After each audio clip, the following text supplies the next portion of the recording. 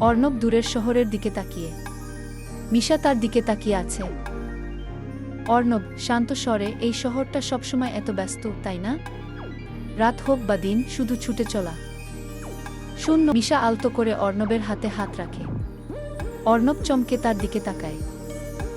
মিশা মৃদু হেসে, আন্তরিক সুরে, ব্যস্ততা তো বাইরে, কিন্তু তোমার পাশে বসলে আমার ভেতরের সব কোলাহল যেন থেমে যায়।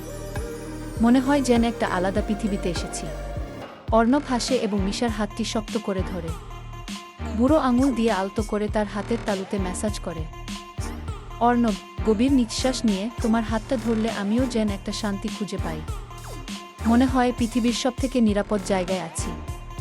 যত কঠিন দিনই যাক, এখানে ফিরলেই সব ঠিক। মিশা অর্ণবের চোখে গভীর মনোযোগে তাকিয়ে। মিশা নরম গলায়, এই ঠিক কি থাকাটা আমারও ভালো লাগে। আর যখন তুমি এভাবে হাসো, সেই হাসিটা আমার কাছে হাজার তারার চেয়েও সুন্দর। সত্যি বলছি। অর্ণব একটু ঝুঁকে মিশার কানের কাছে ফিসফিস করে। তার চোখ দুটি মিশার ঠোঁটের দিকে। অর্ণব ফিসফিস করে রোমান্টিক সুরে, তারাদের দিকে নয়, আজ শুধু তোমার দিকেই তাকাতে ইচ্ছা করছে। কারণ আমার সব আলো এখন তুমি। মিশা চোখ বন্ধ করে একটি তৃপ্তির নিঃশ্বাস নেয়। তারপর অর্ণবের কাঁধে মাথা রাখে। তারা দুজনেই নীরব।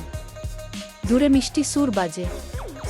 মিশা খুব ধীরে, প্রায় শক্তোক্তির মতো, আমারও তোমাকে ভালোবাসি।